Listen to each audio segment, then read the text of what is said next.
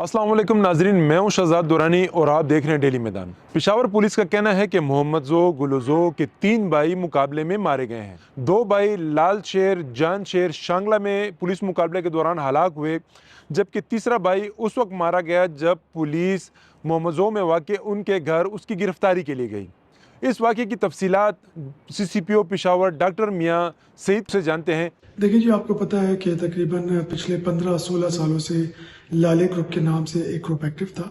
Basically ایکسٹارشنسٹ تھے، بطہ خور قبضہ گروپ، دہشت گردی کی طرح انہوں نے پولیس پر اٹیکس کیے، پولیس کے کئی کانسٹیبل شہید کیے۔ اس کے علاوہ آپ کو پتہ ہے کہ ان کا ایک ایسا پروفائل تھا کہ انہوں نے ٹارگٹ کلرز کا ایک نیٹ ورک بنایا ہوا تھا اور یہ شہر میں انہوں نے دہشت کی علامت بنے ہوئے تھے۔ پشاور، نوشہرہ، چارسدہ میں کئی کیسز میں مطلوب تھے۔ 35 کیسز جو ہمارے ساتھ ریکارڈ پہ تھے، اس کے علاوہ یہ اشتہاری تھے۔